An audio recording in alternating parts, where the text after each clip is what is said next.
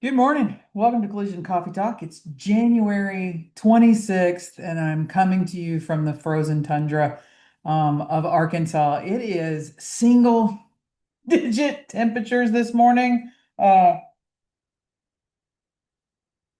I'm pretty sure this may be the end of the world. I am not designed, nor am I functional in cold weather, much less ice in cold weather. So we're iced in, we're snowed in, and it's single digits in Arkansas right now. So yeah, send what is it like? Send help or whatever, maybe because we we're not doing so well. I know you people from up north are used to this, and some of y'all are negative single digits, and some of y'all are negative double digits right now. And I don't really care about you. That's not, it's not useful. It's kind of hateful for y'all people to like, tell us that we don't know how to, we're well aware we don't know how to deal with cold down here. So, all right. Well, I took a week off, moving the kiddo into college and lots happened. I think the industry did on purpose. But let's here's what we're going to talk about. asTech Opus and the Department of Justice. What's going on with that? My inbox just blew up last week with people wanting to talk about that and then what happened in Palm Springs in the desert. Insurers are pushing aftermarket and LKQ ADAS components. We're going to talk a little bit about that. Are insurer third-party deals bad faith? Why is State Farm running so scared right now around some litigation issues? We're going to do another art of the claim. We did that last episode. So if you did not listen to the previous episode, go back. We talked about a claim and sort of some ways to approach it. And this one's about an insurer threatening to abandon salvage. I get a lot of requests for that. So when this one played out, I thought, well, hey, let's talk about it. You just can't make some stuff up. Like I can't even tell you I'm just frustrated. And I think the beauty of like getting in your late 50s is that you're, I don't really, I don't say late 50s. I didn't care who I pissed off in my 20s either. It's just time we had some discussions about some garbage that goes on in this industry that purely is just about taking money from people that don't have any money to give. We're going to give out a Just Jack Award. And then we're going to talk about, oh, look, I got ADAS components on there twice. So we're not going to talk about it twice though.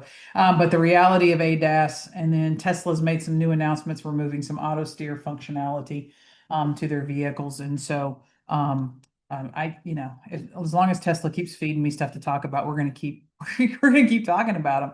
All right, let's talk about what's going on with asTech Opus and the Department of Justice and some of that. So this got announced maybe a week ago. A press release went out. It went out Monday while I was not doing a episode of of Coffee Talk. And I was 100% against a press release. And then you people ask you for advice, you give it to them, and then they don't do what you tell them to do. So why not? Um, Okay, this isn't new. So this whole asTech Opus thing started being discussed in the end of October. It got fairly larger of a discussion around during SEMA, and not because of SEMA, but because the insurers were on the opposite coast over in Florida having an insurer tech conference, and it was everywhere that Opus and asTech were merging. I made some calls during because I was not at SEMA. It's really no point in being at SEMA anymore.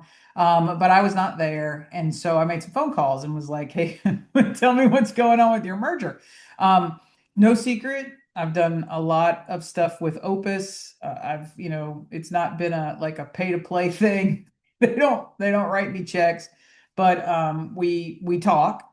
I've talked to them over a long time. I used to have more people there that I knew long history and had good relationships with. Those people aren't there anymore. The people left at Opus I don't have great relationships with, but I as a overall as a company, I've dealt with them, dealt with the whole State Farm repair map, Opus repair map thing, and some other things. So I asked, of course, no one's going to tell me what's going on anyway. They don't owe me that, mostly because they don't want me to talk about it on Coffee Talk in November. That wouldn't have been a good idea. Um, why those two companies are merging? doesn't really make a whole lot of sense. Well, we find out later in the week how heavily hurting Repairify asTech is. But kind of knew it. But anyway, I don't see that there's really any synergy there. When you look across like the services and things that each company has, it doesn't make a whole lot of sense for those two. I can't really make it. I've had people try to explain to me why it's a good thing for those companies to merge, but I don't see it. Other than uh, just the hope of a new influx of sort of cash, and we're going to talk a little bit later about what that some of that PE style money does. But they announced this intent to merge. And quite honestly, when the press release came out, it hit the week before. I think it hit the week before this past week, which was the CIC and all that stuff out in Palm Springs. It hit before, and not a lot of people really, I guess, raised any hands or caused any. I was expecting as soon as this got announced and they released the press release, because that was obviously my advice was this isn't a done deal yet. And quite frankly, asTech carries a very negative, a much earned negative reputation. So if I was Opus, why would I want to announce this, especially if it may not come true, right? Like, it's an intent to merge isn't necessarily meaning you're going to merge because the Department of Justice has to step in. But I think I, I think Repairify asTech is probably who wanted to announce it. They probably thought that it was great PR and that they were going to walk into Palm Springs with some sort of like new, everybody like looking at them differently. It's kind of like when the most unpopular person gets to take the prom queen to the homecoming dance, right? You think everybody, what's that movie? Can't Buy Me Love, from like the 90s or late 80s or whatever. So I really think the plot of Can't Buy Me Love from the 80s that had, what's the doctor? They called him McDreamy. He likes Porsches, whatever. Yeah, see, that's this when you do a show before in the morning, my brain goes everywhere.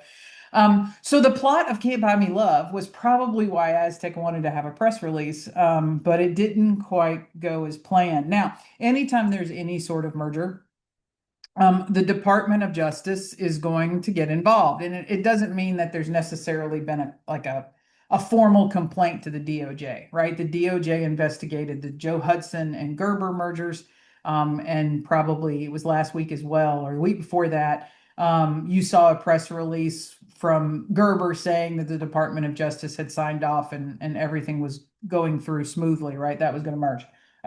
But the DOJ did start an investigation. So lots of different shops and different former employees of asTech, former executives of asTech, body shops, OEMs, lots of different people in the industry started getting contacted by the DOJ and being asked to do an interview. To my knowledge, as of Friday, those interviews were still going on, because I was still getting messages from people going, "Hey, I just hung up the phone with the DOJ and I want to tell you what I told them." So there is an active investigation going on. It does feel like now that there's been more complaints. So I'm really starting to get the feeling of where we were. I can't even do the math of how long ago that was when Mitchell and CCC proposed a merger. And you had Solera get sort of in the middle of it and go, "Hey, those two can't merge. It's unfair competition."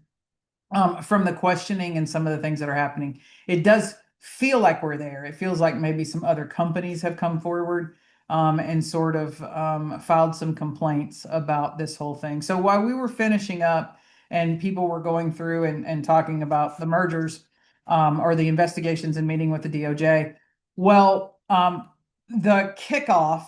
So this has always been like Industry Week or whatever is the way they label it. And it happens out in Palm Springs every year. And it's so CIC, the Collision Industry Conference, meets in January. And lots of other associations, organizations, OE Roundtable, lots of other things meet at the same time. And so there's a lot of people. Generally, the thing that people are most excited about is there's a golf tournament that takes place out there. And so, a bunch of bunch of old white guys in sports coats playing golf. That happened out in the desert. So we had CIC going on. Any good PR, and this is why, like, I, oh, asTech, whoever you are listening to that has any, that is lying to you that they have public relations training and credentials, you get rid of them. If I was going to send out a press release about something that the industry might find controversial, 4 days before CIC would not be when I would send that press release out, right? Like you're asking for whatever to happen. So, it, and then this one gets even a little crazier. Okay, so CIC has its committees, and their committees do their presentations. I've long been critical of it. I first started going to CICs when I was an insurer. And then I continued after when I left the insurance industry and kept trying to, this, you invite all these people in the room, you invite insurers and vendors and all these people, and you're never getting anywhere. You're not doing any good, right? Because you do a presentation about post repair inspections, and this guy gets mad and makes that committee quit. And then you have a presentation on parts, and the LKQ aftermarket part people get pissed, and you have to stop doing that. Like it's choose one audience. If you want to represent shops, then represent shops. If you want to represent insurers, then do that. But when you put all these different people in the room and you're getting paid by all those different people in the room, it makes real progress be really hard to do because everyone's like, let's not offend anybody. And I think we're well past the need to make everybody feel comfortable. But they hit open mic, which is generally when you have a lot of people that just come to make announcements. Maybe they're not on the agenda. I know Win typically makes, announcements about like the upcoming conference they have. So the Women's Industry Network conference. But anyway, we hit open mic. And for some reason, which I know that obviously because you put out the press release, there was a lot of buzz about it. asTech, Repairify, so Repairify is the parent company that owns asTech, gets to the open mic to issue a public apology for their GEICO pricing agreement that had happened like 18 months earlier. So it was 2024 when asTech and GEICO announced their pricing deal. There's so much here to unpack. So let's just unpack all of this together. One, that was just a really bad PR move. Number two, the way it was positioned is they basically blamed everybody else that had worked with the company before them and then go, hey, we're sorry. Those guys made mistakes. Repairify, you owned asTech this entire time. You hand selected this leadership team this entire time. Lindell, you were involved in all of this, right? Like, so if you go back and look at the lawsuits that we've covered from some ex-employees and some other things, like the people in charge of asTech from Repairify, that really hasn't changed.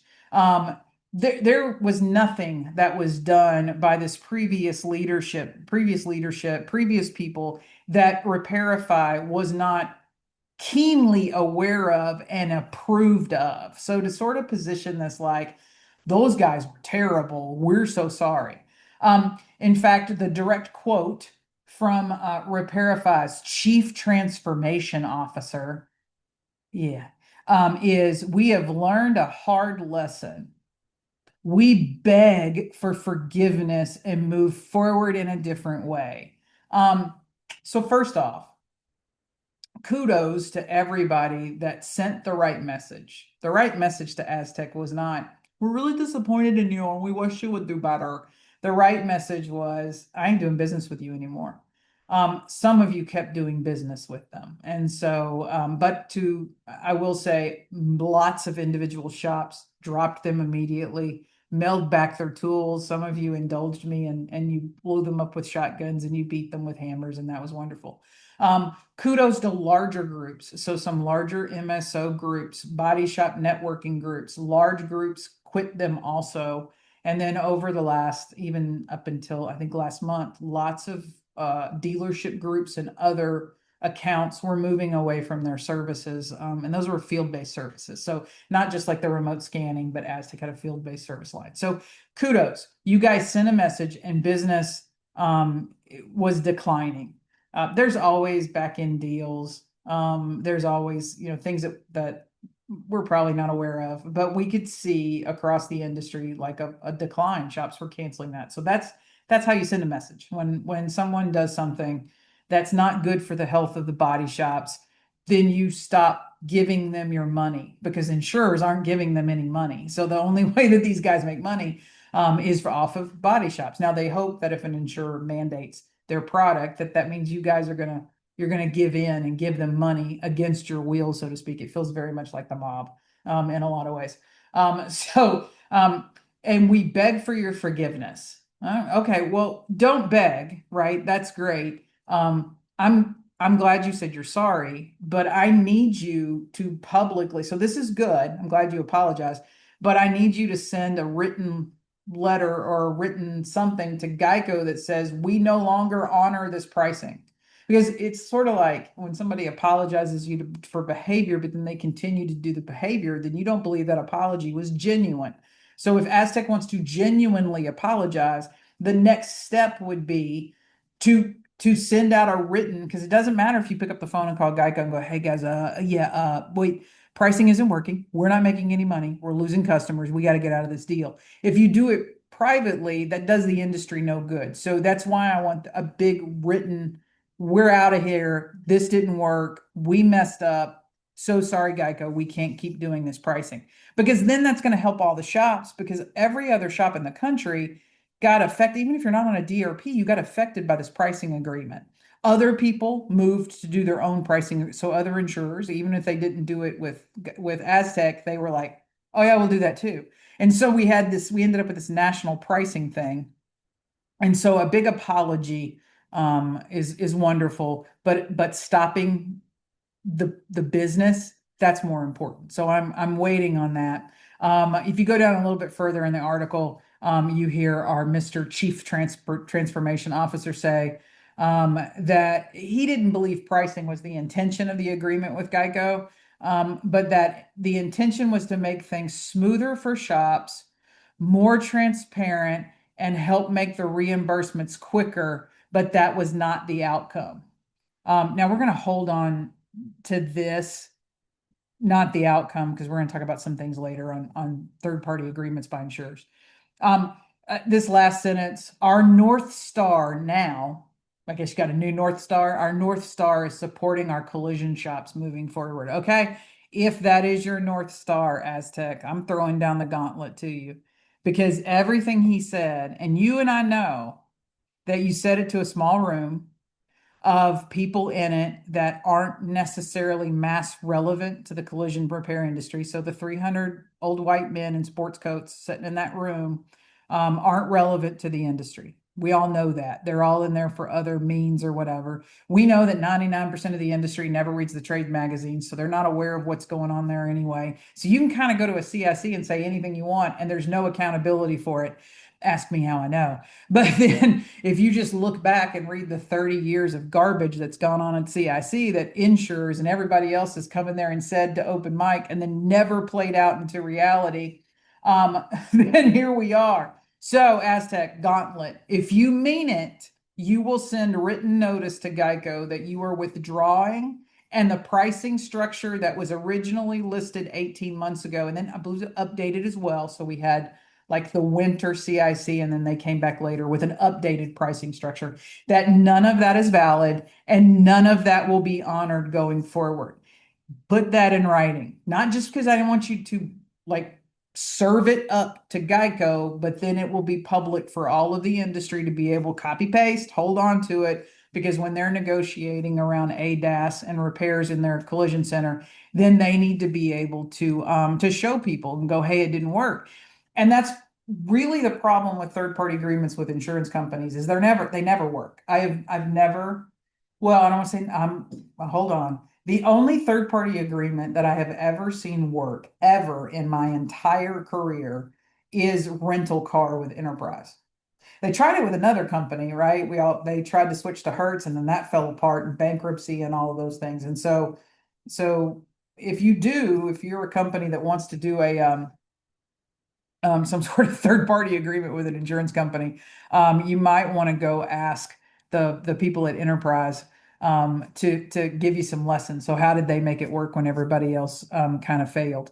But PR nightmare. Like I can't I was kind of like, I can't believe you issued the press release in the first place. And I'm kind of over here like going, that was dumb and you're gonna pay for it. And then just when I think it couldn't have gotten worse, they do this.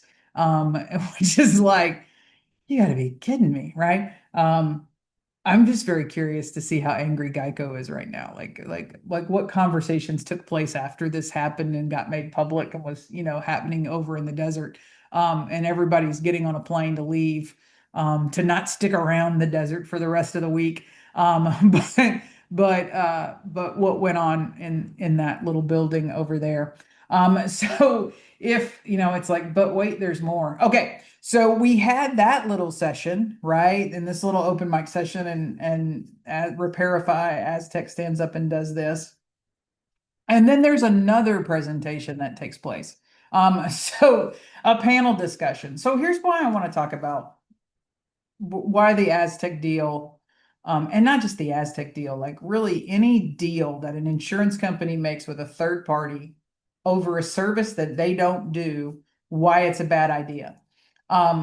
Right now, the insurers would really love to recreate SafeLight. And I think we have to just be really honest that SafeLight is sort of the problem. Body shops, you're blamed for this because when the insurers started to make the SafeLight deals, and you go back early in the DRP agreement where they were like, we'll pay you a stall fee of like $25, but you're going to let SafeLight come in and do the glass. When nobody stood up to it, it created this really wonderful. So not only was SafeLight doing the glass at a reduced rate and lowering the claim severity, they offered to take over the glass handling completely as a TPA and reduce any of the other expenses. There was a time I would have never thought anything could have supplanted Links. But wait here, hold my beer. Here comes SafeLight. But SafeLight is a third-party service. In other words, the customer breaks the glass. It's the customer getting their glass replaced. It technically isn't the insurer. The insurer is just pays for the loss. But the insurer completely jumped over the customer and independent market vendors, and they go and cut a national deal. If you look across what's happened to glass companies, mom and pop glass shops are disappearing. There's no work for them. If they can do like windows and bathroom stalls and commercial glass and stuff like that. But when you think about how many auto glass guys there used to be around, the world and our country, and those mom and pops are gone. And they're struggling. And you think you're bad right now if you're not a DRP shop. That's really, if you look at that, that's the plan. That's where we're heading, is they wanted to recreate a SafeLight for ADAS. And the first national company that raised their hand, they were like, cool. GEICO knew damn well that asTech couldn't cover the country. So it wasn't like in the SafeLight world, you were like, well, SafeLight will come to your glass. And pretty much everywhere in the United States, you can get a SafeLight truck. But that wasn't what asTech was capable of, and they knew that. And then we look at where we are with creating all this chaos within the ADAS space. So first, it became this big blue ocean in 2015, and everybody thought, I'm going to make a crap ton of money being an ADAS company, and people were running around trying to set up those ADAS businesses, mobile repair, anywhere that they could. And so as the insurance industry tried to get their hands on it, and then the pricing constraints come in. Now the service constraints come in. And here's why the pricing of national agreements on ADAS just don't work. In some ways, a windshield is a windshield is a windshield, right? But ADAS isn't that way. There are so many variables because of it, electronics and algorithms and all of these things that you have to have, tooling and equipment. It just isn't something you can do for $39.95, right? Like it's just every car's different, everything. You probably, like, I think it was 3 episodes back, you heard us talk about asTech was driving 2 hours to one way to pick up cars because under a service agreement, and it's like if you're charging $50 for the calibration, there's no way you're making any money if you're driving an hour to go get a car and an hour back or whatever. Um, what this panel on following, so we have our we're so sorry we shouldn't have done it announcement, and then we have another panel that basically says, look, the AI calibration program. So everybody and their brother tells you that they have a better mousetrap when it comes to you tell us what's wrong with the car, or you let us scrub your estimate, and we'll tell you what scans and calibrations are needed, which is what is sort of that slippery slope. So the most insurers, and State Farm was one of them, started with the whole, well, we're going to have a tool that just helps us understand. And the theory of it is it does make sense. In some ways, if I can at least put the adjuster and the shop on somewhat of the same playing field, then maybe we'll get more accurate repairs. But the only problem is all of those programs had errors. So they were not quite right. Like in all cases, the OEM information still had to be referenced to get it right. All right. Well, it doesn't help me if you're not training the adjusters and they believe that if it's not on their report system, whether that's Rev or ADAS Think or Opus Map or blah blah blah, name 60 different tools that everybody's trying to sell you right now, and they're like, we have the better system. If it's not on there, it's not on that report, then the adjuster truthfully believes that the shop's lying and trying to just charge extra things that isn't needed. So there wasn't a training there, and that's the insurer's fault. You will never be able to third party assign claim handling and be hands off. Like there does still have to be a human that sort of bridges the gap between when the AI doesn't have all of the information, or if the AI gets the information wrong, somebody that has some training has to look at it. One of the interesting discussions in this panel, Jake Rodenroth was there. He's now working for a body shop group that specializes in OE certified shops. So Jake's still very much in the industry. He's just not necessarily on the ADAS side of that.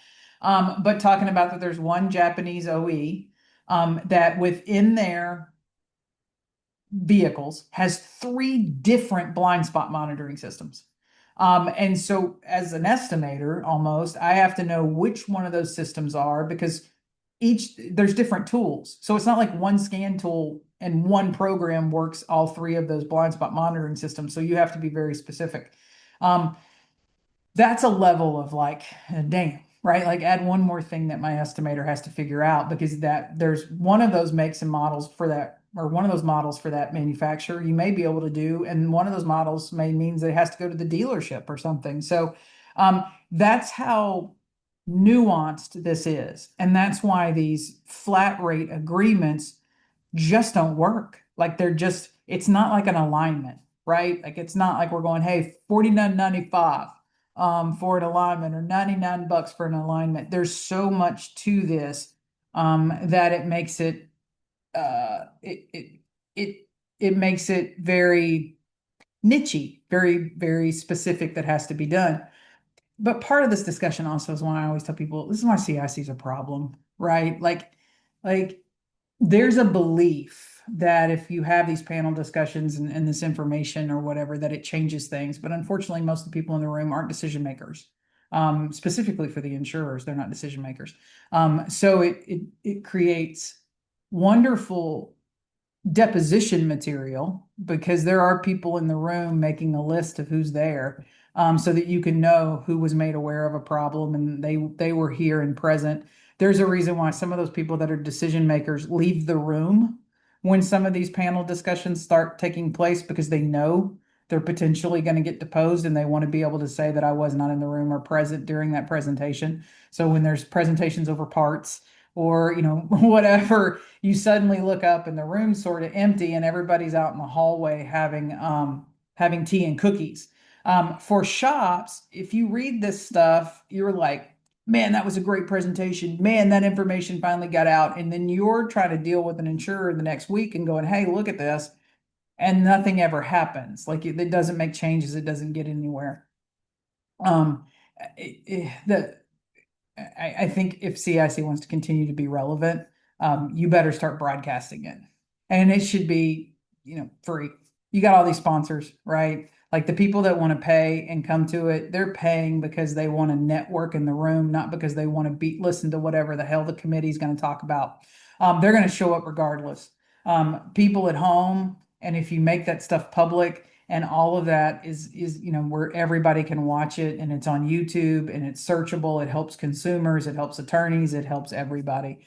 But and I'm hypercritical. A bunch of old white guys in sports coats sitting in a room in the desert doesn't do this industry much good at all. But all right, let's keep going down this. So we had that presentation, right? So we've had asTech apologize for entering an agreement with LKQ that they never should have done it and shouldn't set pricing. We have a presentation talking about all the nuances and problems with tooling, specifically aftermarket tooling, why even within some manufacturers there's a problem that multiple blind spot monitors across it.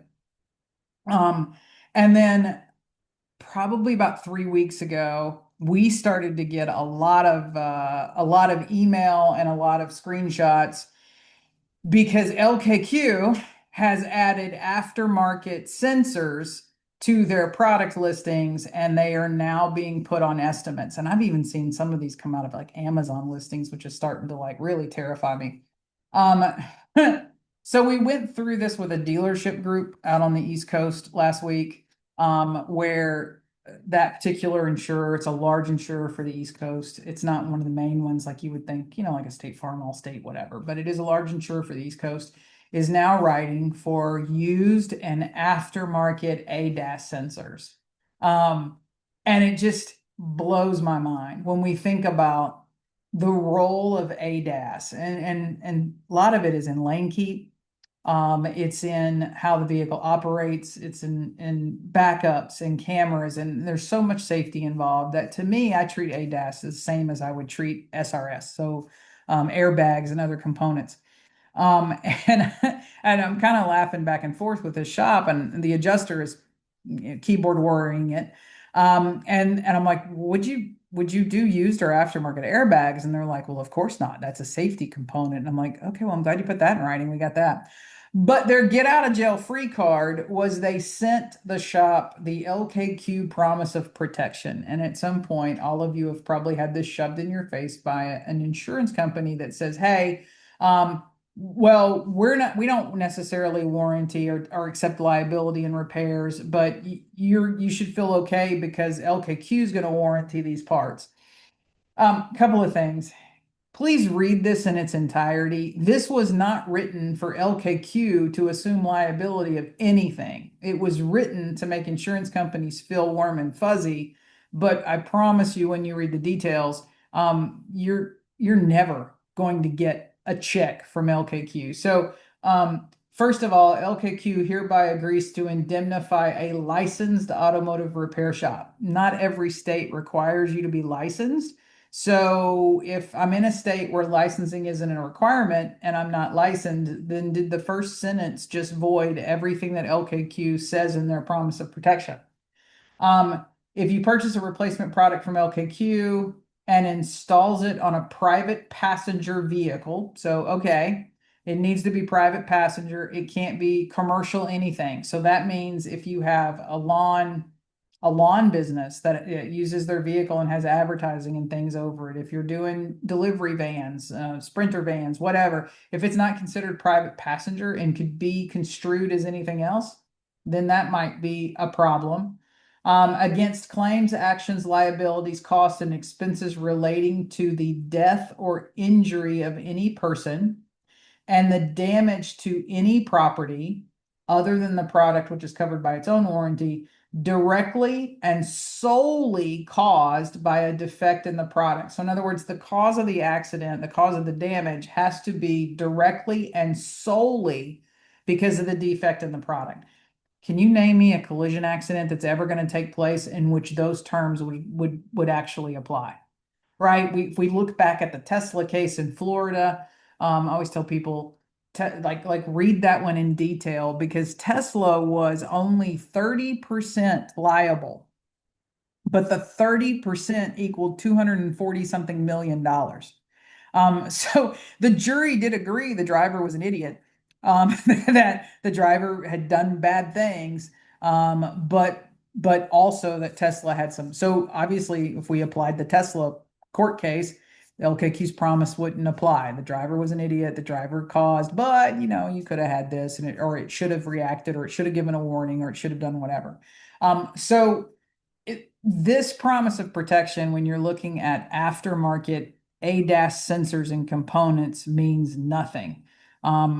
It If we look at recently, NHTSA has issued more warnings over aftermarket airbags as they're becoming more prevalent across the United States. Look, if I can buy, people are like, but it's a rebuilder. Yeah, shops will save money any way they can. So whether a rebuilder or not, right? They may use these. But here's what I'll tell people. Let's go back to Safe Light, because remember I told you everybody's trying to build the Safe Light when it comes around ADAS. Windshields are part of an ADAS system. There is a fantastic research scientist that's been on LinkedIn lately, and she's been posting some great things. And she does research. She's in the UK, and she's looking at what sort of laws should be around this. And she's got this whole project that she did on windshields. And after reading it, I was like, oh my God, there's so much about glass I didn't know. But the glass actually becomes part of the system. The angle, the rake, everything on that is how the car like sees through it. There's so much there. So many shops just putting in aftermarket glass and allowing it, not fighting for it, not standing up for it. I had a gentleman that's in a glass business that runs around and makes posts about always follow the OE procedures. And then his very next post was he was bragging about how he got an aftermarket glass to calibrate when nobody else could. I'm like, you son of a bitch, right? Like, what are you doing here? But because we've allowed that to happen, and we've had all of these years of aftermarket glass being installed, and these people going online bragging about how they got it to calibrate and they get it to work, then why wouldn't we make the next step of putting in aftermarket sensors and components within those systems as well, right? In other words, you stick your toe in the water and you're like, all right, well, the water's okay and nothing bit it off and it doesn't appear. So maybe I'm going to go a little bit deeper. And glass has been one of those like gateway drugs, so to speak, in the world of ADAS. And I think for insurers and a lot of people out there, specifically body shops, this is the part that you don't think about in a lot of ways. Um, these people post every day, that they're out there working. They're not posting because they know they're hacks and they're not good at what they do, and they're, asking for forgiveness. We'll go back to asTech, begging for forgiveness. These people are posting because they believe that they're quality technicians. They believe that they're trained. They believe they're intelligent. Hell, most of these people believe that they're smarter than the damn engineer that built the car. And here's a guy dealing with a windshield. I found this one interesting. The customer had it replaced in 23, so it's been 2 years at least. And SafeLight told him that the camera technology was just too new and they couldn't calibrate it. So the guy's been driving around for the last 2 or 3 years. Insurers, SafeLight told the customer it was too new. And so they sent the guy down the road and couldn't calibrate it. It's not like SafeLight told the guy he needed to go to the dealership and the guy just never went. SafeLight told him it was too new. I found that interesting. Um, and so this guy's trying to calibrate it because, well, he's a professional in a parking lot in sunshine with blankets across the hood using an Altel. Like, that's the level of professionalism. That's what I say, people, the reality of ADAS that we have to think about. So insurers, you created this. You created these people. You created this whole environment in which not necessarily following the OE is okay, right? Well, we're not going to do the OE glass. We may not do OEM sensors. You may not have to have it in a real, like, facility with the right floors and the right lighting and the whatever, because we have all of these guys running around that want to sell you a tool that's some reversed engineered thing out of China or whatever. And they can't figure out why they can't get things to work. Like, that's the reality of where we are today with ADAS. This is what people are doing. This is what, when people pull up at shops, some of these mobile companies, this is what they're doing. They just pull the car outside because there's no room inside the shop, right? So they pull the car outside and they're doing this. There's a guy on here that posted a couple of weeks ago. He has one of those storage facilities and he's renting storage bay 103 and he throws all of his ADAS shit in there. Well, if you've ever been to a one of those storage facilities, the parking lot coming out of, the aisles between, and you've got storage container units on the right and the left, is slanted down because they don't definitely want water to run away from the buildings. And then so you have this sort of like ditch. Feels like the paint department, right? Where I'm draining everything into a ditch. Um, this guy keeps all his shit there, so he goes and gets the cars from the body shop. He drives them over to the storage facility, and he's parked between the two buildings. And in his mind, he says because he splits the dip, the car's level, but he's outside, and he's all of these other things. Uh, asTech, you created this.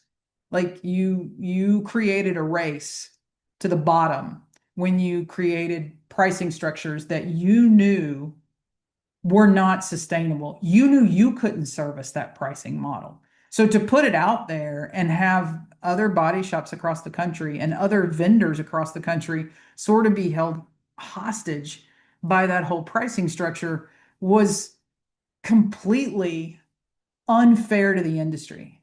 In an attempt to gain the favor of an insurer, which there's so many people in this industry that believe if you can get the blessing of an insurer, that's how you make money, because historically you can. I mean, look at CCC. CCC is $1 billion business because insurers mandate body shops have software. Like that's just, I mean, that's just the way it is. That's why every other software company spends more time kissing the tail of the insurers than they do visiting body shops or creating tools that help body shops, or even doing labor studies to help body shops on certain things.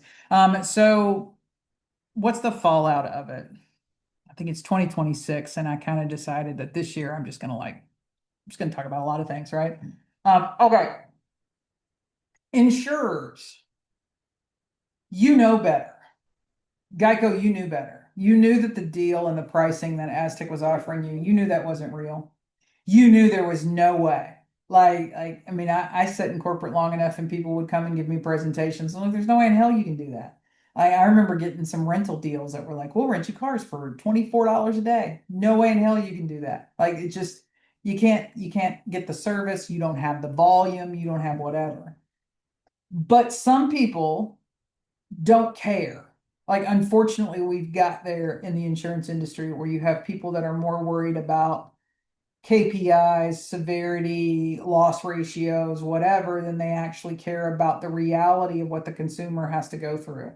And that's why I would say maybe not rental. Okay, so 99.9% of the deals and contracts that insurers enter in with third-party vendors for services that they don't consume, whether that's glass, whether that's ADAS, whether that becomes parts and paint, that's bad faith.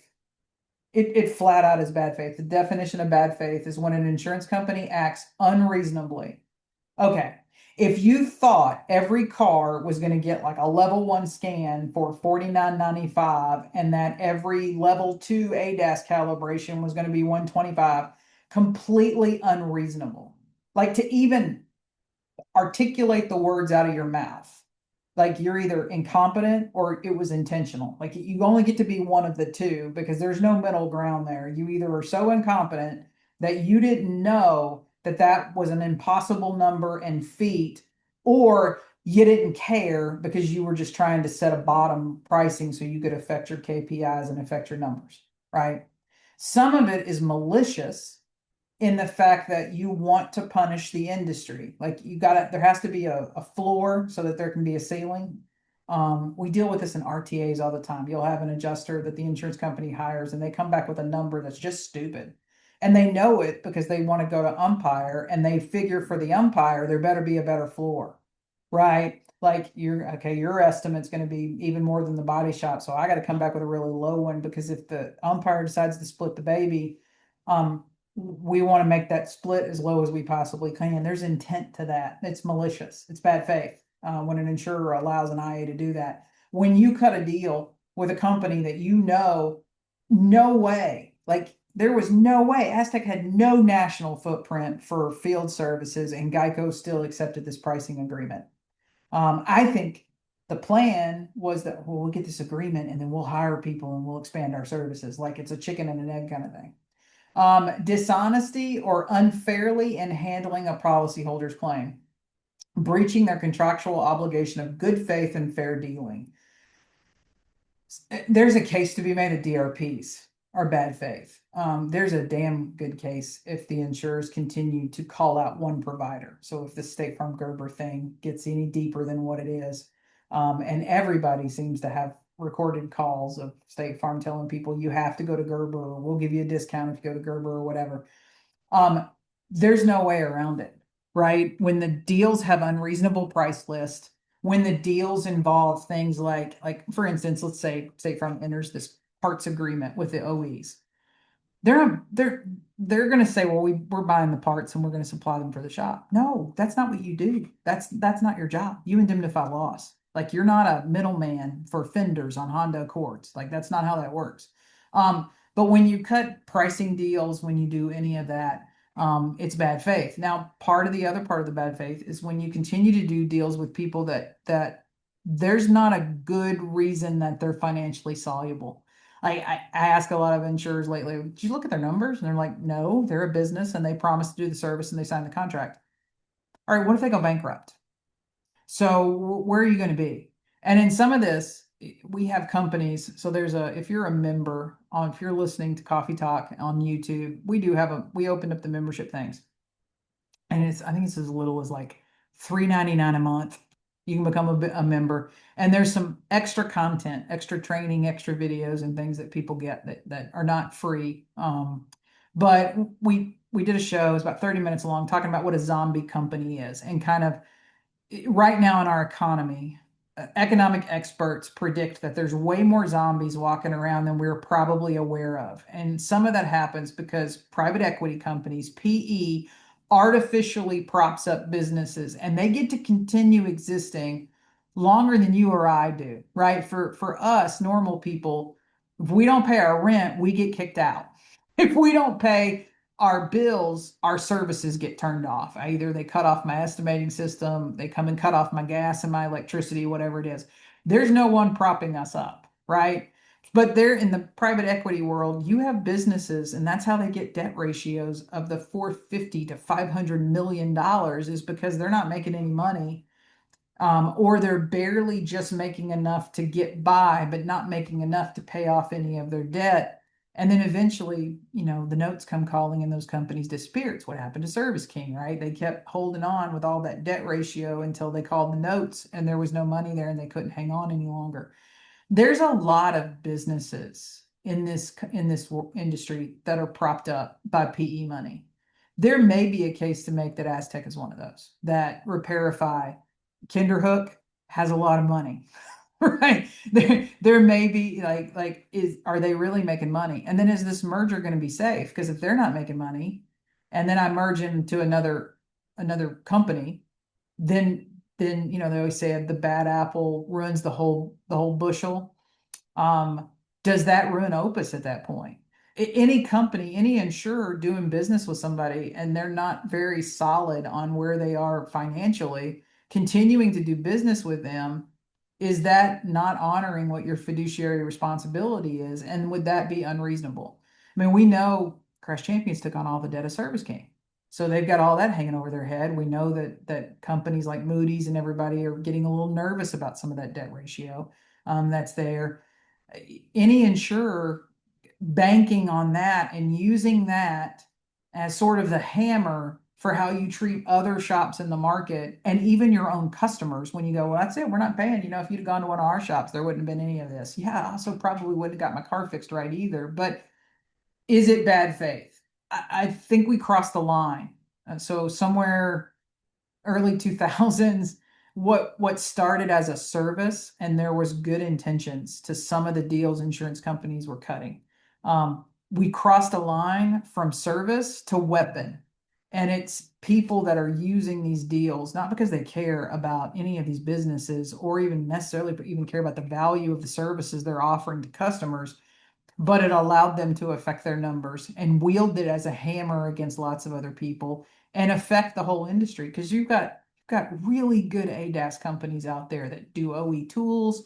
They have fixed operation centers.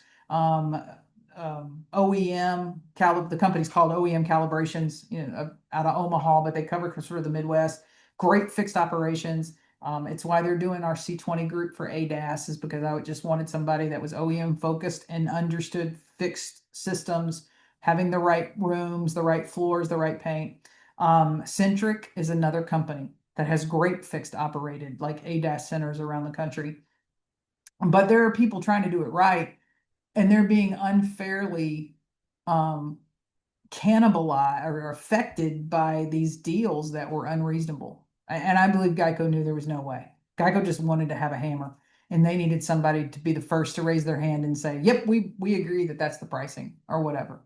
Um, I've talked to some of the MSOs weren't uh, subject to that agreement because they have their own calibration and companies. And they've expressed frustrations at having to deal with this, and figure out ways to like this isn't what you skimp on. This is ADAS is serious. It affects people's health, and so there are all these cascading problems that came out of of what asTech did. So asTech, like if you really mean it, if it wasn't an empty promise, if it wasn't a showmanship PR move while you were in the room with all the sports coat guys, then you'll make it an official written statement that is mailed, registered mail to GEICO, to all the appropriate parties, removing yourself and advising them that those pricing structures are no longer valid and no longer will be warranted. And then you will release a copy of that to the industry. Pick whoever you want to do. Pick whatever trade magazine. I don't care. But you release that to the industry, so that maybe we can get some steps and some progress forward on how to properly calibrate and take care of these cars. And then insurers, um, better. Maybe not. I mean, there maybe your people making decisions aren't trained properly, but when it's too good to be true, it's too good to be true. And then forcing that on policyholders, it's bad faith. I mean, there's just no way around it. Like, it just is what it is. So let's talk about, speaking of bad faith. So I get a lot of questions. Well, I don't. Melanie screens them for me, but every day we get multiple questions from someone across the country that's dealing with an insurer. Number one, not wanting to pay the shop's fees on total losses, and then number two, threatening to abandon the vehicle and then take the settlement, take the fees and expenses out of the customer's settlement. So, what do you do? The question is that what did you do before that happened? So how we set it up is very, very important. And this claim came up, a third, like an insurance company I'd never heard of before. So sometimes it really is easier dealing with the bigger guys than the smaller guys, it seems. Tow date. So it was towed to the shop on October 27th of 2025. The shop had a contract and services agreement, so they had all the paperwork, and they began the written notification. So I want to make it very clear: this shop doesn't sit around and wait for someone to call them. They're very keen on documenting, and so they're sending emails every 72 hours and saying the vehicle's still here, it's accruing fees, the vehicle's still here, it's accruing fees. The insurer did not reach out to declare the vehicle a total loss until December 16th of 2025. Now, they still had not talked to the shop, but they did talk to the consumer, the vehicle owner. This is a third-party claim. The shop is still sending emails and going, "Hey, the vehicle's here, and here's what it has." So finally, on January 8th, the adjuster from the insurance company reaches out and calls the shop and basically says, "Okay, yeah, what's it going to cost for us to come get it?" At that point, from October 27th, the vehicle had incurred $11,300 in fees. There's some tear down, there was estimating, there was a lot of things. The insurer then threatened to abandon the car and force owner retention. So the shop's like, "Oh my God, what do we do?" Our total loss class is very clear. First of all, just file a DOI complaint. No, you're not expecting the DOI is going to intervene and enforce. And in fact, most Department of Insurances have no enforcement authority on individual claims. They can give fines, but they really can't make an insurer do anything on a claim. They usually have to come back and say, seek legal remedy elsewhere, which means go file a lawsuit. The next thing is we always tell shops, as soon as it starts to feel a little like sideways slippery, go file a lien, like get your name on that title. And if you think about when an insurer tries to gain possession of a vehicle from a total loss, the first thing they have to do, right, is they have to call and get payoff. They're going to have to pay the bank because they got to get that title. If they don't have that title, there's not a whole lot they can do. So shop goes and files a lien for their fees. And then because it was a tort, third-party claim, the customer sends a notice to the actual person that was responsible of hitting them, who is the insured for this insurance company, that says, hey, may have a problem, right? Your insurance company took so long to handle this, even though they were being contacted, on a regular basis, they delayed. And then now they're saying that there's a lot that they're not going to pay. So that means you're going to have to pay it. Right? And we don't think that's fair. Now, as soon as the first DOI complaint was sent, the response then came. So they never mentioned limits to this person on the January 8th call or whatever. But their response to the TDI on the first complaint is like, hey, we only have 25,000 in property damage limits. Now, property damage limits are a real thing. And that means $25,000 is encompassing of the tow fees, the all of anything that's incurred. I got 25 to spend on everything that's related to the physical damage of that claim.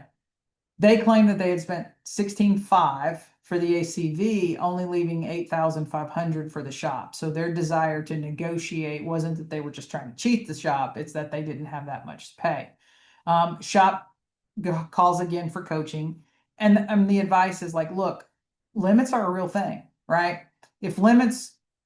When limits are in play, part of my responsibility as an adjuster is to work as quickly as possible so that I don't cause a financial detriment to my policyholder, meaning I got to try to do everything I can to get that claim handled within those limits so it doesn't expose them to an over limits claim. And that's a reality, right? Like just because your limits are 25 doesn't mean that that's all you owe.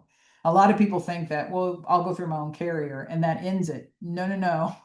Subrogation comes back and you're still going to pay that difference for whatever. If you hit a $50,000 car and you only had 25K, we're not walking away from the extra 25K. We're going to come after you for it. So that's my duty and my obligation is to work as quickly as I possibly can so that I don't expose my customer to any out-of-pocket expenses. So great. Next notice of tort letter. This is your company's position. We don't think it's fair. They should have worked faster. Had they got with the shop anytime in October, there wouldn't have been those charges. If they'd have done it in the 1st of December, when they decided the car was a total loss, there wouldn't have been those charges. But if you look from December 16th until January 8th of when they finally reached out and asked the shop for whatever those fees are, it just kept ka-chinging the register for as it sat there. And so we don't think it's, hey, we hate to do this to you, but it looks like we're going to have to sue you for whatever. That was follow-up DOI response again, and then so we just included a copy of the written letter there. The insurer came back and agreed that, we apologize. Let me see if I can read here what they say. I'll share this for everybody. If you're listening, obviously you don't get to see it, but if you watch it on YouTube, you can see the letter from the insurance company. The response is as followed. They had picked up the vehicle. It was at Copart waiting for the title. So the shop will have to do the release of lien on the title, and then obviously they'll need to get one from a copy from the original lien holder. And that payment had been issued. Shop was paid in full, and Bridger apologizes for any delay in this claim process. I love it. Pamela Ragsdale, who's the manager of Bridger Insurance, that's a great DOI response. And so I'm going to give you kudos for that, because a lot of people, when they're trying to respond to the DOI, want to make it not their fault and whatever. And I really like it when, yep, we messed up and we're so sorry, and we've paid over policy limits because that's our fault, not because There wasn't enough money there. We created this detriment in the way that we handled it. And we're going to make it right. And we're not going to put that on our policyholder and make them have to go through small claims court or whatever. Texas has wonderful small claims courts limits. And so it gives you a lot of options in the state of Texas. So Pamela Ragsdale, very, very good job. Claims isn't about being perfect. We make mistakes. And then when we do, we own up to it, say you're sorry, but make it right. So asTech, Bridger made a mistake, said they're sorry, made it right. We're waiting on you. The whole world's waiting on you this week, asTech, to see what you do. But basically, the great thing for this shop is that they had it all before it became a problem. They had the contract and services agreement. They had been doing the notices and updates in writing. They had been carbon copying everybody. So they were able to help this customer lay out a very detailed timeline of complaint that really showed that the delays were in fact all the insurer, that this car was a total from very early on and should have been handled correctly. So if you want to I don't say beat, but if you want to be paid for the services you provide for total losses and not have vehicles abandoned and not have the fees taken out of the customer settlement, then that starts the day the car gets there. We don't start this argument the day that Copart calls and asks you for what your charges are or whatever. And then we have to do that continuing communication. Phone calls don't matter. I can't prove a phone call. You can't prove a phone call. But when we have emails, and I'm okay with phone calls. Call me. Awesome. I'll talk to you. Right. And then as soon as we hang up, there's an email. Thank you for calling today. This is what we talked about. This is what you said you're going to do. This is what I said we're going to do. This is what's still pending. Whatever that is, it's got to be put in writing. So just remember, it's about what I can prove and show, not about what I said I did or what I thought or hoped that the other party would do. That's the key factor when getting for claims. I will tell you, liens are going to become more and more important. When I had total loss duties, right? It's one of the million things. Liens prevent me from selling the car. Like I can tell you, I'm going to deduct whatever out of their settlement, and once that title gets to me from the lien holder, I'm going to print a title at Copart and IA, and I'm going to sell a vehicle and take my money and skip home. If a shop or there is a mechanics lien or any lien on that property, tax liens, I've gotten cars where there was IRS tax liens on property. I'd be like, damn, I can't do anything with it. Liens are going to become more and more critical. It's real important that if you're not familiar with mechanics liens, it's a little difficult now in Florida. They've changed some of them. They can still do them, but there's a few more hoops and some things that you need to do down there.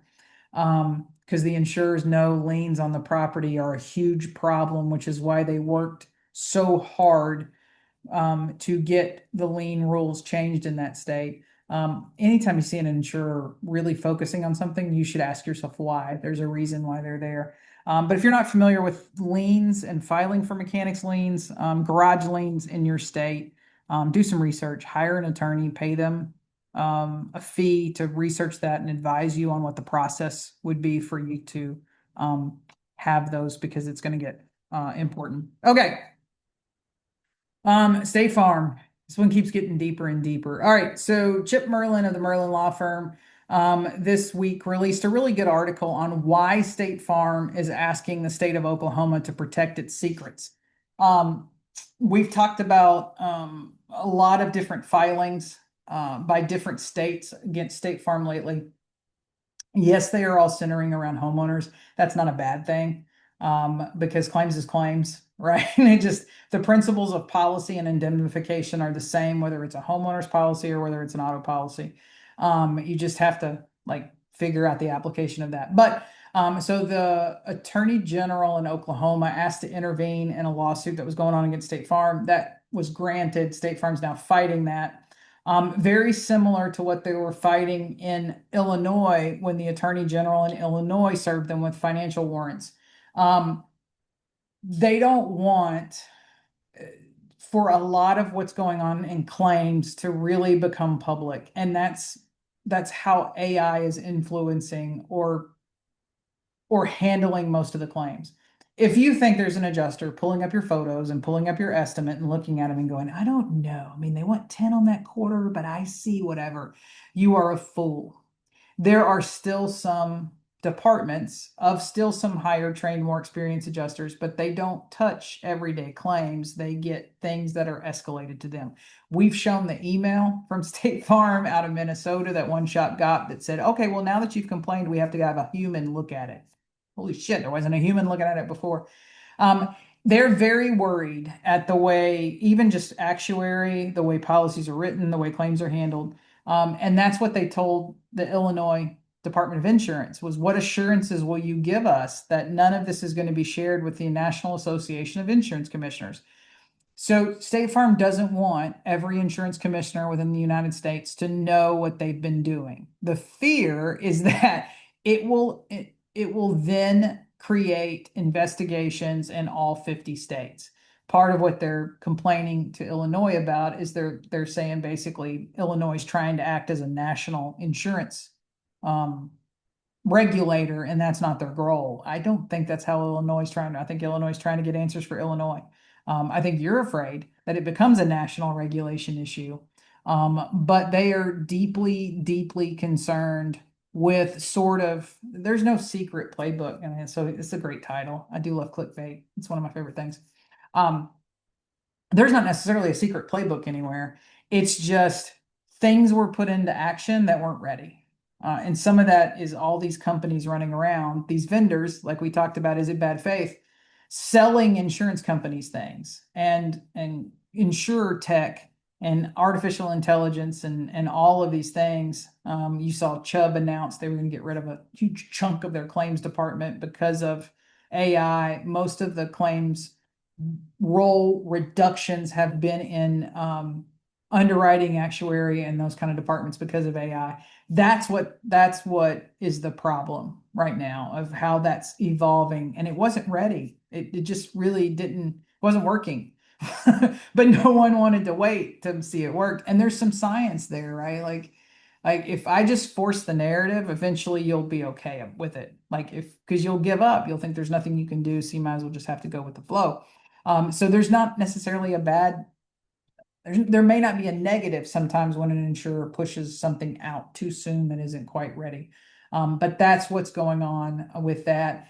Be very, keep track with what's going on. There's a secondary back end lawsuit pending in Oklahoma that's body shops, going after the AG and the governor and some other people.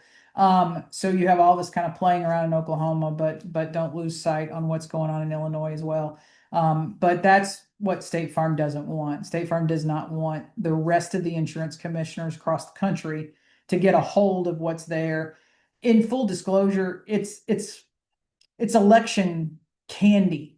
So if you're in a state in which that is a position that is elected and not appointed, what better way to make constituents want to vote for you than go after the biggest insurer on the block, right? Like we're fighting for you and we're helping keep homeowners insurance rates down in our state or whatever. And so they're very aware that becomes election clickbait in a lot of ways, but that's really what they don't want. So Chip's got a great article. It's on the website. So if you just do Merlin Law Group, you can read all of Chip's articles. They do homeowners. That's really their thing. But it is applicable to others. And then the Attorney General's office in Illinois has a sort of a news feed as well, and they keep issuing updates on what's going on with the State Farm case there. So don't lose track of those lawsuits right now, right? Like what's going on with them. So, all right. I'm giving out my next Just Jack award. So if you watched months and months ago, I gave my first Just Jack award out to people that have pissed me off. Okay, this one pissed me off. And I'm not even gonna hide it. You make tape. Like you don't even make great tape. Like I mean, it's like it's whatever. You make tape. That's your thing. Like this isn't even like United States of America is not even your native experience or whatever. So the J-Tape people decided that they'd put out a video on total losses and how total losses are increasing. First of all, a lot of the content of your video there, Jack, is not correct at all. But they're discussing total losses, and how insurers are increasing total losses. And then this quote, the focus is shifting from, so they're talking about you body shops, that your focus is shifting from volume to value. What the actual is that? Like, it, what it basically, this video says is that, hey, shops, insurance companies are totaling more cars and total losses are going to keep to increase. And you're not going to have that many repairables on your lot anymore. So you're going to have to find some value ways to keep repairing these cars. This is the crap that the insurance companies want you to do. They want you to feel like, because there are more totals, that you have to do things cheaper. They want you to feel like you're in competition with the other guy to see who can fix the car for the least amount of money. And then maybe you'll use more aftermarket, or maybe you'll use more used parts, or maybe you'll use this guy's blending tape. Yeah, this is the guy that sells blending tape that tells you that you can burn in clear, and that you pull the tape while it's still wet and it melts together and it's a seamless repair or whatever. Maybe you'll stop wanting to do unisides or up and overs or whatever. And so to save some cars, you'll use his blending tape. And insurers love this. Like, you want to make them happy, they watch these videos and giggle. So here's a tape manufacturer. You got no business talking about total losses and claims and what insurance companies are doing or any of that.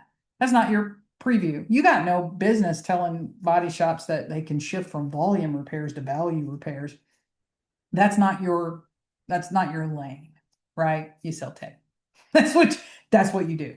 But to try to do that and to tell shops to sell your product, to try to tell shops that they should in some ways change who they are and the standards that they have to do that. Yeah, I'm out, dude. That's just um sell your product on its own merits. Don't try to do that. That's just, there's so much going on in this industry right now where there's a lot of people there's a lot of people that make money off consulting, whatever. I do. Mike Anderson does. There's people that have been around this game for a very, very long time. And then there's some people that haven't been. And the problem right now is, and I was, guys, probably a month or two ago, I was having this long conversation with Mike Anderson. The two of I were talking about kind of our groups of shops, his Spartans, my C20 VIPs, shrinking because the economy's terrible and shops are, they got to hold on to their money wherever they do. We've been through this before, 2007, 2008, and you basically just, focus on what your cores are, stay there in that lane, and keep moving on. But then there's going to be all these people that jump out of the woodwork that want to distract you with whatever it is because it's to their financial gain to distract you, right? This guy wants to sell more tape. And then there's other people that want to even sell you more. And they'll do it in different ways, which a little later I'm going to talk about that one as well. But that's my new Just Jack award is that everybody, I think part of what makes me mad is 6-7 years ago when I started talking about total losses and what the rate was going to be and preparation, the industry was like, that's no way, that's making that up, that's terrible, it's stupid. And now here we are, and everybody's jumping on the total loss train to try to talk about the total loss percentages and where they at. And I'm like, you guys are about 8-9 years short to this party. So clearly you're not really good at business or projections or what's going on in the industry. Maybe just make your tape, right? Like 3M, make your tape, sell your sandpaper. Like, tell me why the sandpaper's good. Tell me what you like about your products or whatever. But I don't need somebody that makes tape to be a claims coach or a profitability coach or whatever for shops. That was just terrible. So that's my first Just Jack of 2026. All right, Tesla announced that they're removing Autosteer from the Model 3s and Ys. It's just to drive subscription. So most of our OEs are trying to pivot and look at revenue from a subscription-based model. Nobody's going to pay for radio and I think Sirius XM and everything kind of proved that that's draining drastically because people have Spotify and some other things. So OEs are looking at subscription. They're going to make it $99 a month. So if you want that auto steering, autonomous driving and stuff, you'll pay for it. Okay, why is that important? Kristen, why are you talking about it? Look, folks, as people begin to have to pay for services that aren't defaulted on their car, because I hear so many shops tell me, well, most customers turn off that ADAS feature or hit that button because they don't like how it, whatever. You're right. Once people start paying for that subscription, they're going to be more aware of those features and they're going to use them more often, which means in the shop, there's more liability because there's more chances that that'll be used. There's less chances that people will be turning it off. There's probably so much that isn't really working. Like we think about this gentleman earlier that drove around for a couple of years with nothing working because Safelite told him it was too new back then. So um, as more stuff becomes subscription based, and some of the things you always want to sell aren't going to fly. I don't need to buy different things from I have my phone, I have my cell phone and my apps or whatever. I just want to be able to use that. But as more people try to make those subscriptions around the autonomous features and whatever, customers will be more aware of those features. They'll be more aware of how they work, and then they're going to use them more frequently, which means your liability is just continuing to churn over how you do that, how you have, so who's doing your calibrations and scans, huge. Understanding fundamentally that not everything gives a code, like something can calibrate but still not be right. What does that mean? What are your steps? Why you need to be pre-measuring cars? Like you can't calibrate if you hadn't even verified the structure, like nothing, it's kind of like the cart egging the chicken, so to speak.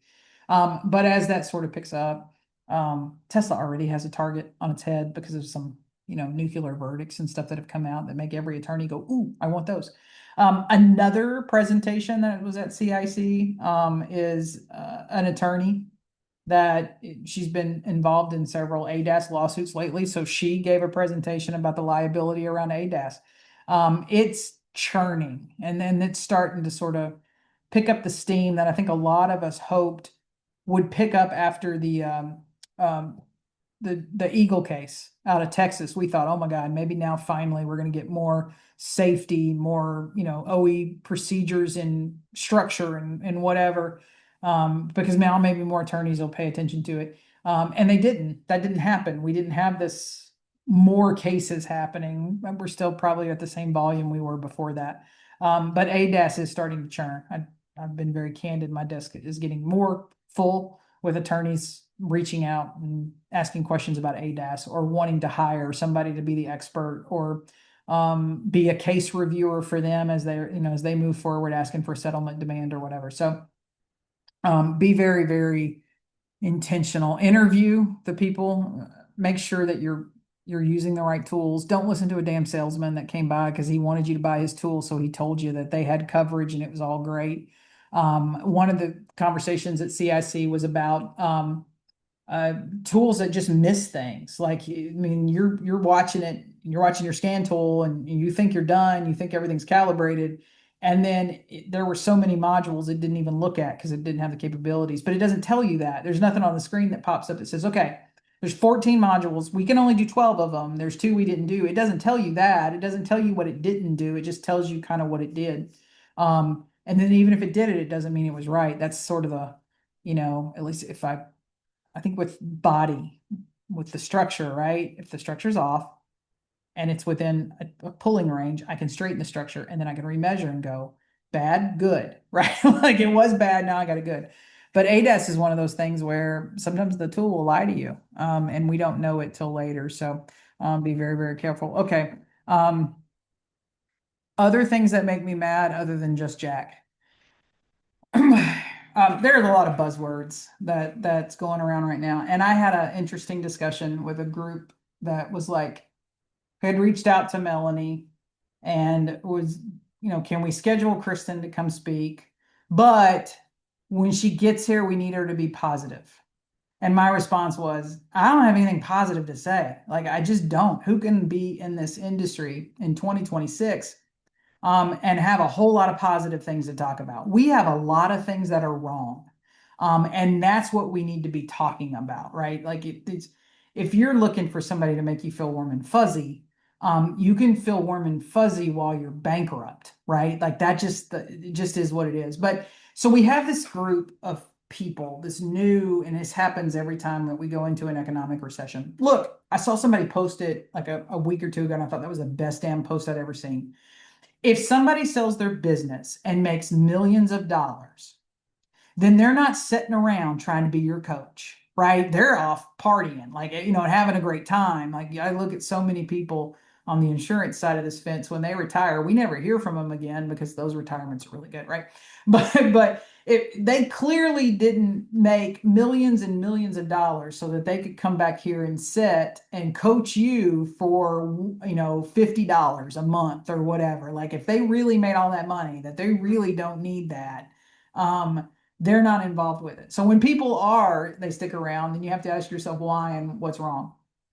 And this industry has a lot of those people, because shops want help. There's a lot of problems, and they want help from people.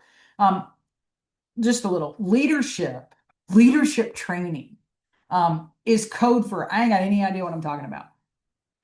This goes back to the insurance industry. We used to sit in the insurance industry, and when someone from HR would come by and go, "We want to have a leadership training session," we're like, "Well, then you don't want to talk about claims." Right? Like, we got a lot of problems, and that's not one of them. I have met some people that are terrible leaders, but they are fantastic at business. And I have met some people that are great leaders, kumbaya, rah-rah people, but they don't know crap about the collision repair industry. And we have a lot of those. This particular post, obviously you can tell it's a ClickFunnels campaign is what it is. There's a lot of people out there that teach this, and people go and pay money, and now they want to be a coach. I love it when people tell me that they're part of John Maxwell's leadership certification, and I'm like, Jesus, I used to, Maxwell used to come to home office, and we would have like sit downs with him. It's a you pay. He's not training you. It's somebody in his industry or whatever. But we're gonna teach you about managing your shop and doing whatever. So this shop was like, well, what makes you think you're qualified for that? And I like it when I had 16 people on my payroll. Okay, folks, the Starbucks has more than 16 people on the payroll. Like that's not massive leadership to me. Now, if you're a small independent shop and you're also the estimator and the painter, and you got two body guys and there's four of you in the shop, somebody that's had 16 people on payroll may seem really, inspiring to you. Um, I had my shop and I sold it. So why are you still around? Right? Like, if you sold it, made a ton of money, where are you at? I can think of so many people that sold their body shops that we don't see them anymore. They took out. Like, why are you still around, right? If you made all this money because you had this big shop and you sold it. Um, but then I'm part of the Elite Body Shop Solutions. All right. I am never going to have a positivity summit. I'm not sure I want to take coaching advice from somebody that ran a Mako at all. But and Dan Martell is this Canadian that has a ClickFunnels coaching business. People pay him $3,000, and you get to be put on his list and say, that's not because Dan Martell or a Tony Robbins or a John Maxwell have anything to do with you. It's you bought to be able to have this, you paid them to get a certificate. So it's kind of like being OE certified in a lot of ways. All right, just be very careful. We got real problems in 2026. Um, lots of um, lots of problems, from unrealistic consolidation in the market and that being used as a hammer. I think when you had all these people pushing consolidation in shops and thinking that they were going to sell to an MSO or all that, everybody got in line, and then now we're looking at sort of a post-apocalyptic Gerber and Joe Hudson merger, and you have one insurer picking one body shop to focus on, and now even the people that are the other MSOs are like, whoa, this isn't what we thought it was going to be. We've got parts problems, we've got repair problems, we've got technician problems, we've got liability problems. Like, we have a lot of problems.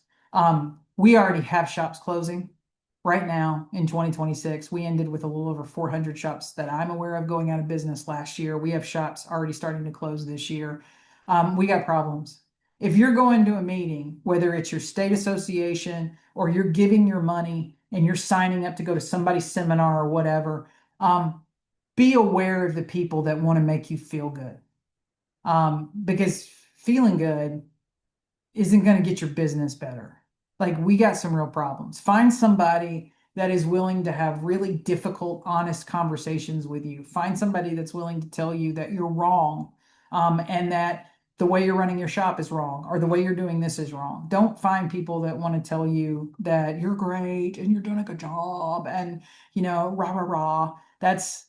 If that worked, you wouldn't be where you are now, which is making you feel like you need to seek advice from somebody else. And the industry wouldn't be where we are rapidly losing independent shops. Like that rah-rah, which is why I'm not a fan of CIC, why I'm not a fan of the national associations like SCRS. That rah-rah gets you nowhere. That rah-rah gets us here. As an insurer, I loved it. I loved it when you shops did that stuff. I loved it when you were worried about offending somebody, because that just means I could keep doing whatever I wanted to do. I didn't like it when there were the people that were like, nope, that's bad. You're dumb. That product's dumb. Stop doing it or whatever. Those were the ones that made me nervous. Um, Whoever you're going to give your money to, just make sure it's because it's going to make you better, not because it's going to make you feel better. Like, those really are two different things. Like, sometimes the positivity is a drug. Like, it makes you feel like you belong. It makes you feel special. It makes you feel like we all want to sort of feel like the world's not coming to an end. As a small business owner, it's terrifying, right? Like, making payroll, paying your bills. If I don't do this right, it's not only do I have to lay people off, but can I even feed my own family? Like, that's a lot of pressure. That's a lot of stress. Keeps people up at night. You want to feel better. I get it. But what good is that if it numbs you to the reality and you wake up one day and it's too late and you're one of these 400 body shops that's closed, or you're one of the new ones in 2026 that just can't seem to make it. You just can't seem to get over the hump. You can't figure it out. Like, just don't fall for it. Like, you don't need, I think a couple weeks ago I said it, you don't need leadership training. You need business. You need to learn how to make money. I would rather work for somebody that's an asshole but makes money. And I have a financial security because they make money. I think of Bobby at Med Island Collision. Dude, he's a jerk. But the shop has been profitable for 50 something years, right? And so if you work there, you feel pretty comfortable as an employee. You're not worried about, maybe some of the things that other people at shops are.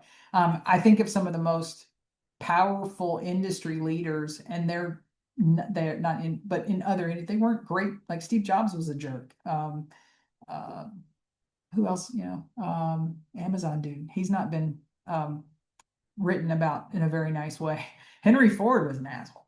Like, so like when you look at some of these people that are very, very talented and successful in whatever they've done, it's nobody looks back. Like, when they're in it and goes, I really love that guy. They're a great leader.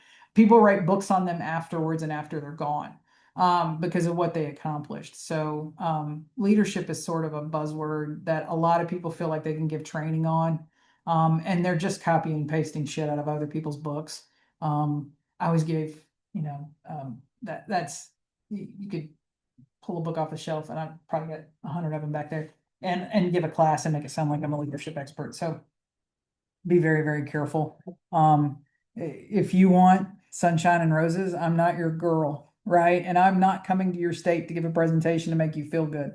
But I, if find whoever is going to make you better. Don't just find whoever's going to make you feel good. We're not going to get very far if we do that. So part of my other thing in 2026, besides not calling out specific people that drive me crazy, right? There was a meeting recently where people were like, it's unprofessional to talk about people on a podcast. And I'm like, but it's professional to talk about them at a free drink bar ticket after an industry event. So if you sit around in a group of 6 people and talk about people behind their back, that's professional. If you talk about them on a podcast, that's unprofessional. Got it. Okay. I'm on your page now, right? So I went back and pulled a lot of old research. So I volunteered for every project that would come up, and sometimes I got voluntold to go to different projects because when you're on in the cat team, if there's no national weather event, you're just kind of sitting around picking your nose. So they put you on projects and you get to do a lot of things. I pulled a lot of old research of what the science was. A lot of what you are experiencing now, that has become the claims environment, isn't accidental. It was planned. A lot of you repeat things that you think are your own original ideas. They were not, they were planned. And so I pulled a paper from the early 2000s about what the plans for the DRP were and how it was going to, what we saw it moving forward and how it would reduce claim count, FTE, and some other things. And then over Christmas break, I took that paper and then I wrote what would have been the modern rebuttal to it. So this was the plan. And if we were going to rebut that, what would it be? There's a very famous ClickFunnels marketer. His name's Russell Branson. So that guy that was bragging a while ago about I'm being coached by, whatever. There's another guy like him. His name's Russell Branson. But Russell started talking about engineering of consent. And I thought it was pretty funny because that was really what we were talking about in the early 2000s. And I'm like, here's this guy that was Sigmund Freud's nephew, um, that is the basis of modern claims. And then now Russell Branson's pushing him as why you need a funnel-based marketing campaign. So I was like, it all comes together in the end. So I rewrote a sort of a rebuttal paper. And I'm going to really talk in 2026 a lot about what the intent is. When insurers do X, why do they do it? And was the real thing? We're going to talk about it in our C20 group. So if you were in our C20 group on the 21st last week, we did the first. I went over the original paper from 2000 and we read through it and kind of talked about it. And then the rest of the year, we're going to build on that. So our next class, February 17th, we're going to talk about arguing like a lawyer, but how to think like a judge. That's really where you see all of this, the art of the claim, and the ability to think through it so that the shop or you can arrange what you do in the right order so that it gets you the result you want. In other words, we don't try to find a solution after we have a problem. That's too late. What we try to do is you work it from constantly from that. I'm thinking like an attorney. I'm going to argue like an attorney. I'm going to think like a judge. Like you set it up so that in the end, there really isn't any other way than to do what you originally wanted. No, nothing's perfect. That's why we have RTA in court and some other things. And then on March 17th, we'll come back and we'll talk about how do you actually influence adjuster behavior. So if the largest majority of what's being done is AI, and then I get a human, but that human's job is just to tell me what the AI says they can pay. Are there things I can do that influence adjuster behavior in micro ways to make a better outcome for me and the customer in a lot of ways? So we'll dive deep into that. As this is, I always tell people it always gets worse before it even gets close to getting better. I think this is going to be a really rough year. There's more material increases. There's more things that are going to start costing shops more and more money. The insurers are going to want to pay less and less. We have all of these people rushing to meet with insurance companies, trying to sell them whatever their service is, and that more hammers. That was kind of what everybody tried to tell asTech 18 months ago was you're creating a hammer that you have no idea what you're doing. Which again, I'm so sick and tired of people that don't understand claims being in rooms they shouldn't be in and making decisions they shouldn't make. But there's going to be some more of that we're all going to have to wade through this year. And so it's not going to be a sunshine and roses year. Every misery provides some opportunities in some ways. If we look back historically, some of the greatest people in history, including Henry Ford, have made some of their greatest advancements in some of our worst recessions. So there is some opportunity there for a lot of people, but that's what we're going to be talking about this year. My group's going to get a little bit more scalpel-like in a lot of ways, but we will still continue to kind of talk about what's going on between insurance companies and body shops these days. as well. And I'm going to keep talking about people because I believe it's just better to be straight up instead of talking about people in small groups with free drink tickets and sports coats. Okay. All right. Here's where we are this week. We're in the middle of a snowmageddon. And I have told everybody, one of the worst things about working from home is that you you never get a day off, right? So I told the whole crew to basically take today as a snow day. So if you're trying to reach Melanie or Holly, they may not be that responsive today. I probably won't be either. I do intend to go outside and kind of watch people try to drive in this today. It's kind of like NASCAR, but better. I am encouraging everyone in the state to get out and drive today. So if you are in a snow affected area, be sure that you encourage everyone to drive. I believe that that's one of the ways that we can increase claim volume is by encouraging people to drive. So make your post, do whatever, but I'm gonna go sit at the end of the road some today and just watch people try to get out of my neighborhood. That'll be entertaining to me. So I may not be as easy to reach today, but you can get Melanie and Holly and everybody on Tuesday. But all of us, I don't think anybody's got we don't have kids at home anymore. We have our dogs, so we'll all be probably walking around doing that. Avery also has his dog, so hopefully he takes the day off as well. But we will see you next Monday on Collision Coffee Talk. If you have things that you want to send us, we love it. Make sure you send it. It's just Melanie@collisionhub.com. And if you have any questions or any concerns, you can shoot her an email, but she's not going to get back to you till tomorrow because we're going to take a snow day. Everybody have a great day. Bye.